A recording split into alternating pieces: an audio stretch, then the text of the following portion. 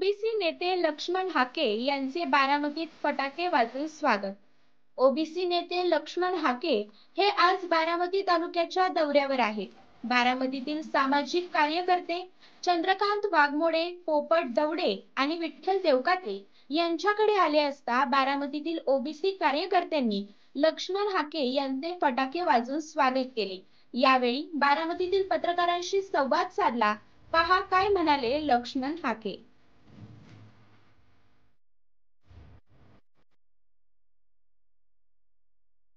नेमकं काय प्रयोजन होतं? बऱ्याच ठिकाणी समाज बांधवांना भेटी दिल्या।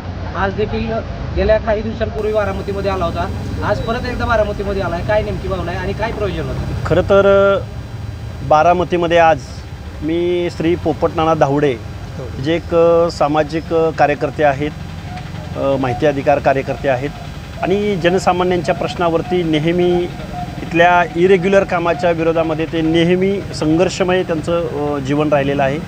त्यांच्याकडं माझी सदिच्छा भेट होती। त्याचबरोबर माळेगाव, नेरावागज, आजूबाजूची बरीच गावं आहेत, त्या गावामध्ये माझ्या काही सदिच्छा भेटी होत्या।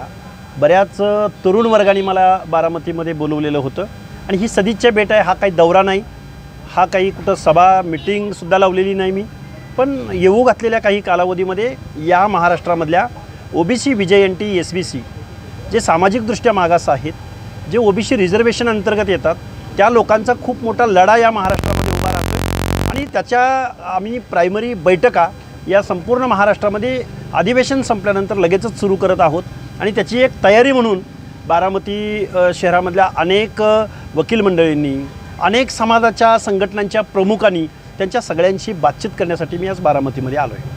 खरं तर प्रवीण गायकवाडांवर जो हल्ला झाला, या हल्ल्यामध्ये प्रवीण गायकवाडांनी काल आरोप केले। भाजपचे जे तत्कालीन प्रदेशाध्यक्ष चंद्रशेखर बावनकुळे यांचे जे आरोपी आहेत त्यांच्यासोबतचे व्हिडिओ दाखवले। यामध्ये तुम्ही त्यामध्ये एक पोस्ट केली की जे पेराल ते उगवेल, नेमकं त्या पोस्टमधून तुम्हाला काय सूचित करायचं? हे बघा, प्रवीणदादा गायकवाड यांच्यावरती जो हल्ला झाला त्या हल्ल्याचा मी प्रथमतः निषेध व्यक्त करतो आणि निषेध व्यक्त केलेला आहे आणि पुढेही करत राहील, कारण आम्ही लोकशाही संविधानात्मक चौकट मानणारी माणसं आहोत। सनदशीर मार्गानं जेवढी तुम्हाला आंदोलनं करता येतील, तुमच्या समस्याकडं, तुमच्या अडचणींकडं लक्ष वेधता येतील, तेवढे मार्ग तुम्ही अवलंबले पाहिजेत। पण त्याच्या पलीकडं पेराल ते उगवेल मी असं म्हणण्याचं कारण असं होतं की संभाजी ब्रिगेडनं गेल्या 15-20 वर्षाच्या कालावधीमध्ये या महाराष्ट्रामध्ये हेच केलं आहे ना, त्यांनी शाई फेक केलेली आहे। गिरीश कुबेरसारख्या पत्रकारांचं तोंड काळं करण्याचं काम यांनीच केलं आहे। या संभाजी ब्रिगेडनं अनेक ग्रंथालये फोडलेली आहेत, अनेक पुतळे उकडून फेकलेले आहेत। बहुजन समाजातल्या काही समाजातल्या नेत्यांना यांनी नेहमी टार्गेट केलेलं आहे। आज प्रवीणदादा गायकवाड यांच्यावरती हल्ला झाल्यानंतर पुरोगामी विचाराच्या कार्यकर्त्यावर हल्ला झाला, बहुजनावर हल्ला झाला, मनुवादी लोकांनी हल्ला केला, पण विधानसभेच्या अगोदर लक्ष्मण हाके यांच्यावरती हल्ला का झाला होता? कुणी कोणत्या ब्रिगेडीने केला होता?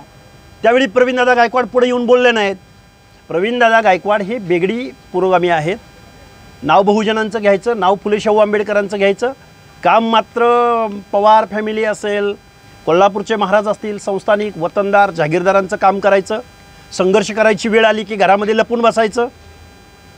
एका बाजूला म्हणायचं मी काशीरामांच्या विचारांचा पाईक आहे आणि दुसऱ्या बाजूला ज्या काशीरामांनी निवडणुका लढल्या, पक्ष दिला, संघर्ष उभा केला, त्याच्या एकाही मुद्द्याचा फॉलो नाही करायचा। कसले तुम्ही पुरोगामी? आणि काय तुमचा बहुजनवाद? बहुजनवादामध्ये मराठा सोडून इतर कुठल्या जमातीला, कुठल्या जातीला तुम्ही स्थान दिलं आहे? आणि तुम्ही पुस्तकं प्रकाशित केली, मी एवढी शेकडो पुस्तकं प्रकाशित केली। मी प्रवीणदादा गायकवाडला एखादा खूप मोठा साहित्य प्रांतातला मोठा पुरस्कार द्यावा म्हणून मी शिफारस करतो। अरे पण नुसतं चॅरिटेबल काम करून परिवर्तन होत नसतं ना। परिवर्तन करण्यासाठी रस्त्यावरची लढाई लढावी लागते, जनसामान्यांच्या प्रश्नावरती संघर्ष उभा करावा लागतो। चांगल्या मोठ्या मोठ्या घरामध्ये मोठ्या मोठ्या वतनदारांचं जीवन जगून सर्वसामान्यांचे प्रश्न सोडवता येत नाहीत। प्रवीणदादा गायकवाड माझे मित्र आहेत चांगले। प्रवीणदादा गायकवाडांचं एखाद्या साहित्य प्रांतामधला एखादा मोठा पुरस्कार द्यायची शिफारस मी सुद्धा करेन, पण संघर्ष असा होत नाही ना। बदल घडवण्यासाठी खूप मोठा संघर्ष उभा करावा लागतो आणि त्या संघर्षामधले आम्ही कार्यकर्ते आहोत. खरं तर तुम्ही जी पोस्ट केली त्या पोस्ट नंतर प्रवीण गायकवाडांनी असं म्हटलं की ज्यावेळेस लोकसभेची उमेदवारी द्यायची वेळ आली होती त्यावेळेस हाके माझ्याकडे आले होते आणि शरदचंद्रजी पवार पक्षाची उमेदवारी त्यांना माढा मतदारसंघातून पाहिजे होती आणि ही उमेदवारी न मिळाल्यामुळे हाके आता असं वक्तव्य करत आहेत. कुठेतरी भाजपचं काहीतरी आपल्या पदरात पाडून घेण्यासाठी हाकेंचं हे स्टेटमेंट आहे. हे बघा, प्रवीणदादा गायकवाडांना मला एका गोष्टीची आठवण करून द्यायची आहे. त्या दिवशी त्यांनी अण्णासाहेब डांगे, महादेवजी जानकर, शेंडगे फॅमिली यांच्याबद्दल बरंच काय काय बोललेले आहेत. प्रवीणदादा गायकवाड नेहमी म्हणतात की मी रासपच्या पहिल्या स्टेजवरती, पक्ष स्थापनेच्या स्टेजवरती होतो. मग पक्ष स्थापनेच्या स्टेजवर होता तर मग नंतर कुठं गेला तुम्ही? नंतर कुठं गायब झाला तुम्ही? का एका धनगराचं पोरगं पक्ष चालवतंय, संघर्ष उभा करतोय म्हणून तिथं तुम्हाला जावंसं वाटलं नाही? तिथं तुमचं जात वर्चस्वाची भावना तुमच्या आड आली. या प्रवीणदादा गायकवाडांना ज्या शरदचंद्रजी पवारांची तळी उचलतात ना हे प्रवीणदादा गायकवाड, त्यांना माझा एक सवाल आहे की दादा, ज्यावेळी सोनिया गांधींबरोबर फारकत घेऊन शरदचंद्रजी पवार दिल्लीवरून मुंबईत आले, त्या मुंबईच्या विमानतळावरती सगळ्यात पहिला हार घालणारे आमचे स्वर्गीय शिवाजीराव बापू शेंडगे होते. आणि शेंडगे बापूंचं त्यावेळेचं असं स्टेटमेंट होतं की मी फक्त वैयक्तिक पवारसाहेबांना पाठिंबा देत नाही, तर महाराष्ट्रातल्या तमाम धनगर समाजाच्या वतीनं मी शरदचंद्रजी पवार यांच्या पाठीशी ठामपणे उभा आहे. प्रवीणदादा गायकवाड, तुमच्या या शरदचंद्रजी पवारांनी शिवाजीराव बापू शेंडगेंना याचं फळ काय दिलं? तर पुढच्याच निवडणुकीमध्ये कवठेमंकाळ मतदारसंघामध्ये शिवाजीराव बापू शेंडगेंचा तुम्ही पराभव केला. एवढे कृतज्ञ मंडळी तुम्ही आहात. मग माढा लोकसभेमध्ये 6-7 लाख लोक धनगर समाजाची होती आणि माझ्या 250 मतावर तुम्ही बोलताय. अरे मी स्वर्गीय गणपतराव देशमुख यांच्या उमेदवारीला पाठिंबा दिला होता आणि माझ्या ती फॉर्मला मतं पडलेली आहेत. परत तिथं तुम्ही दुजाभाव करताय, परत तिथं तुम्ही आमची लायकी काढताय. मग महादेवरावजी जानकर बारामती लोकसभा मतदारसंघात उभे होते, त्यांची काही ग्रामपंचायत होती का इथं? त्यांनी कुठली निवडणूक लढली होती? अरे तुम्हाला घाम फोडला होता. मला वाटतं हे खूप प्रवीणदादा गायकवाडांकडून ही अपेक्षा नव्हती. प्रवीणदादा गायकवाड, आम्ही शोषित वंचित घटकातले आहोत. अरे आमची तेवढी हैसियत असती तर आम्ही तुम्हाला कशाला तिकीट मागायला आलो असतो? आमचा समाज, आमचा समूह, आमच्या शोषित वंचित जाती जर तुमच्या एवढ्या प्रगल्भ असत्या तर आम्ही तुमच्या विरुद्ध संघर्ष उभा केला असताना. त्यामुळं हे सोशल डिस्क्रिमिनेशनचाच प्रकार आहे. प्रवीणदादा गायकवाड बात बहुजनांची करतात, पण काम मात्र अभिजनांचं करतात, वतनदारांचं करतात, संस्थानिकांचं करतात. खरं तर ह्या सगळ्या प्रक्रियेमध्ये सातत्यानं प्रवीण गायकवाडांचा रोष भाजपमध्ये आहे. RSSचं हे काम आहे, कारण त्यांनी आरोप केला आहे. हे सगळं प्रकरण RSSच्या माध्यमातून झालं आणि काल बारामतीमध्ये एक निषेध सभा झाली. या निषेध सभेमध्ये देखील हा कट बारामतीमध्ये आणि नागपूरमध्ये शिजला असल्याचं त्या सभेमधून त्या ठिकाणी सांगण्यात. हे बघा, प्रवीणदादा गायकवाड, मी कायम बेगडी पुरोगामी यासाठी म्हणतोय की प्रवीणदादा गायकवाड नेहमी मनुवादी भाजपवरती टीका करतात. मग अजितदादा पवार त्याच मनुवाद्याच्या मांडीला मांडी लावून सत्तेमधले खीर वरपण्याचं काम करतायत ना, खीर वरपतायत. मी ग्रामीण अपिलिंग भाषेमध्ये बोलतोय. अजितदादा पवार कोपराला वगळ येईपर्यंत खीर वरपतायत आणि तुम्ही कुणाची भाषा बोलताय? आणि म्हणे शेवटाची सुरुवात. कसल्या शेवटाची सुरुवात? अरे तुम्ही नेहमी सत्तेत बसलाय, सत्तेच्या बाहेर कधी बसला ते सांगा ना. कधी बहुजनांची लढाई लढलात? प्रवीणदादा गायकवाड, अहद ऑस्ट्रेलिया आणि तहद कॅनडा. अरे आमच्या भटक्या विमुक्त जाती जमातीची पोरं 7वीच्या पुढं आश्रमशाळांमध्ये दाखले काढायला येत नाहीत. शिक्षणामधलं गळतीचं प्रमाण कुणाचं आहे? आणि समतामूलक समाज निर्माण करायचं आहे. या पवारांनी, या महाराष्ट्रामधल्या सत्ताधाऱ्यांनी या महाराष्ट्रातल्या टोटल बजेटपैकी 1% बजेटरी तरतूद या गावगाड्यातल्या OBC विजयंती म्हणजे अर्ध्या लोकसंख्येला केली नाही. कसला समतामूलक समाज प्रवीणदादा गायकवाड तुम्ही निर्माण करताय? कुठल्या समतेची तुम्ही भाषा बोलताय? कुठल्या बहुजनांची व्याख्या तुमच्याकडे आहे? तुम्ही नेहमी इतिहास उकरून काढला, ब्राह्मणांच्यावरती टीका केली आणि टार्गेट कधी माळ्याला टार्गेट केलं, कधी धनगराच्या नेत्याला टार्गेट केलं, कधी वंजाऱ्याला टार्गेट केलं, कधी बंजारा समाजाला टार्गेट केलं. सोयीनुसार तुम्ही वागला. कारखाने कोणाच्या मालकीचे आहेत? या महाराष्ट्रामध्ये 200-250 कारखाने आहेत. 2 नंबरला लोकसंख्या असणाऱ्या धनगर समाजाचा एकही कारखाना या महाराष्ट्राच्या भौगोलिक प्रदेशामध्ये होऊ शकला नाही. आणि म्हणे रस्त्यावर या आणि काम करा आणि काम उभं करा. अरे आम्ही जर तेवढे काम करणारे असतो तर आम्ही भटक्या विमुक्त जाती जमातीत कशाला गेलो असतो? बाबासाहेबांनी आम्हाला रिझर्वेशन कशासाठी दिलं असतं? त्यामुळे प्रवीणदादा गायकवाड, अभी तो बात सुरू हुई है, दूर तक जाएगी ये बात. सामाजिक न्याय विभागाच्या कामकाजावर भाजपच्या आमदारांनी देखील तीव्र नाराजी व्यक्त केली. याला जबाबदार अजितदादा पवार आहेत. जातीयवादी अजितदादा पवार. आदिवासी विभागाचा शेकडो कोटी रुपयांचा निधी, समाज कल्याण विभागाचा शेकडो कोटी रुपयांचा निधी, ओबीसीच्या महाज्योतीची 150 कोटी रुपयांचा बॅकलॉग, सारथीच्या विद्यार्थ्यांना एका विद्यार्थ्याला 1 स्ट्रोक 7-7, 8-8 लाख रुपये अकाउंटला जमा करणारे हे अजितदादा पवार महाज्योतीच्या विद्यार्थ्यांना मात्र 1 रुपया द्यायला तयार नाहीत. हा कुठला न्याय आहे? अरे विद्यार्थ्याच्या बाबतीमध्ये जातीयवाद करताय अजितदादा पवार. एका बेंचवर बसणारे सारथीचे विद्यार्थी म्हणजे मराठा समाजाचे विद्यार्थी, त्या पोरांच्या अकाउंटला 7-7 लाख रुपये जमा केले आणि ओबीसीच्या पोरांना मात्र तुम्ही निधी द्यायला तयार नाही. हा कुठला न्याय आहे? काय कळतं अजितदादा पवारांना सोशल जस्टिस म्हणजे काय? मुळात कारखानदारांच्या हातामध्ये या महाराष्ट्रातल्या लोकांनी तिजोरीच्या चाव्या दिलेल्या आहेत. माझी महाराष्ट्राच्या मुख्यमंत्री महोदयांना मी काय बोलतोय हे चांगलं कळतंय. अजितदादा पवारांकडून आम्हाला न्यायाची अपेक्षा नाही.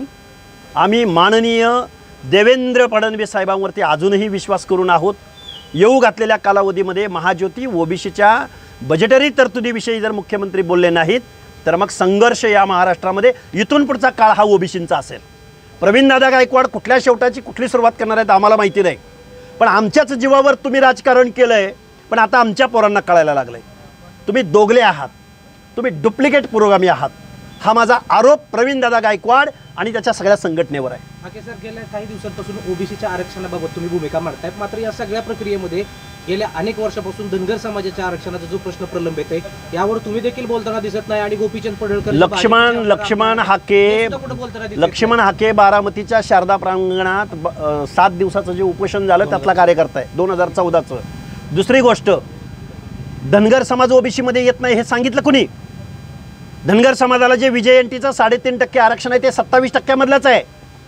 जे पंचायत राजमधल्या निवडणुका लागतात तो धनगर समाज ओबीसीमधूनच येतो.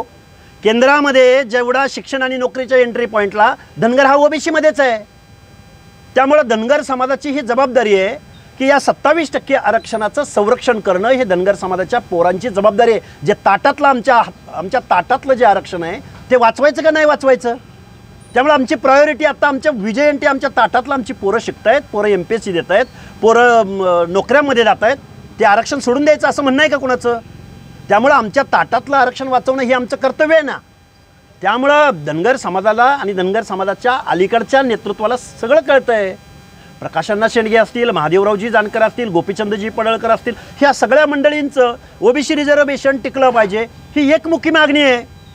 त्यामुळं आम्हाला खरं काय खोटं काय चांगलं कळतं आहे आणि आमचं शोषण कुणी केलं आहे, आमचं प्रतिनिधित्व कुणी नाकारलं आहे. आमच्या बारामती परिसरामध्ये लढणाऱ्या अनेक पिढ्या होत्या. मारुतराव चोपड्यांची होती, कोकरेंची होती, देवकात्यांची होती. कुठं आहे ती माणसं? कधीतरी एकदा अरे भूतदया म्हणून तर त्यांना कुठलं तरी एखादं प्रतिनिधित्व द्या. तुम्ही नेहमी आमच्या मताचा वापर तुम्ही करणार. त्यामुळे या सगळ्या गोष्टींचा हिसाब चुकता होईल इथून पुढच्या कालावधीमध्ये. तुम्ही म्हणताय की ओबीसीचं आरक्षण वाचवण्यासाठीची ही जी लढाई आहे, मग धनगर समाजाला एसटी मध्ये त्यांचं आरक्षण मिळवण्यासाठी काय भूमिका असणार आहे का फक्त ओबीसीच्या आरक्षणासंदर्भातच तुम्ही बातचीत करणार? आमच्या 4 पिढ्यांची लढाई एसटीची, पण आमचं ओबीसीचं ताटातलं आरक्षण टिकवणं हे प्रायोरिटी. आज रोजी आम्ही पोट भरलं तरच उद्याची आम्ही बात करू शकतो ना. आमचं ताटातलं आरक्षण वाचवायचं का नाही वाचवायचं, त्यामुळं एसटीची लढाई चालू राहील. पण आमच्या हातातलं आरक्षण आम्ही कधीही सोडणार नाही. आणि फक्त धनगराचंच एनटीचंच बोलत नाही मी.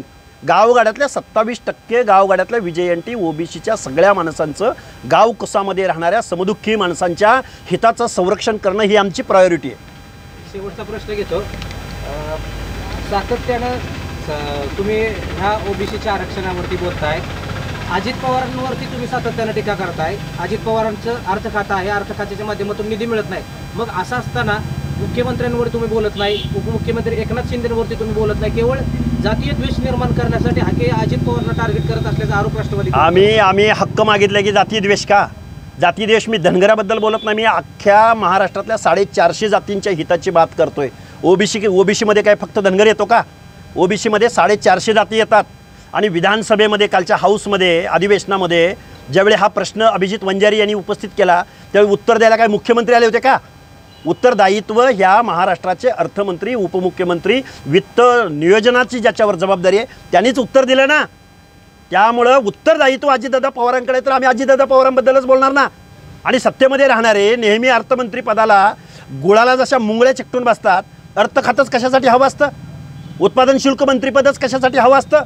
उत्पादन शुल्क अजितदादा पवारांना यासाठी हवं आहे की जय पवारांचा जो दारूचा कारखाना आहे त्याचं डेली उत्पादन ही 1,10,000 लिटरचं आहे, तो कारखाना चालवायचा आहे. त्या कायद्यामध्ये खाडाखोड करायची आहे, म्हणून त्यांना या सगळ्या गोष्टी लागतात. अरे आता आम्हाला कळतंय ना, आम्हाला संविधान कळतंय, तुम्ही काय वागताय ते कळतंय. त्यामुळे इथून पुढच्या कालावधीमध्ये भास झालं शोषण. इथून पुढे आमची लढाई ही हक्क अधिकाराची तीव्र लढाई असेल.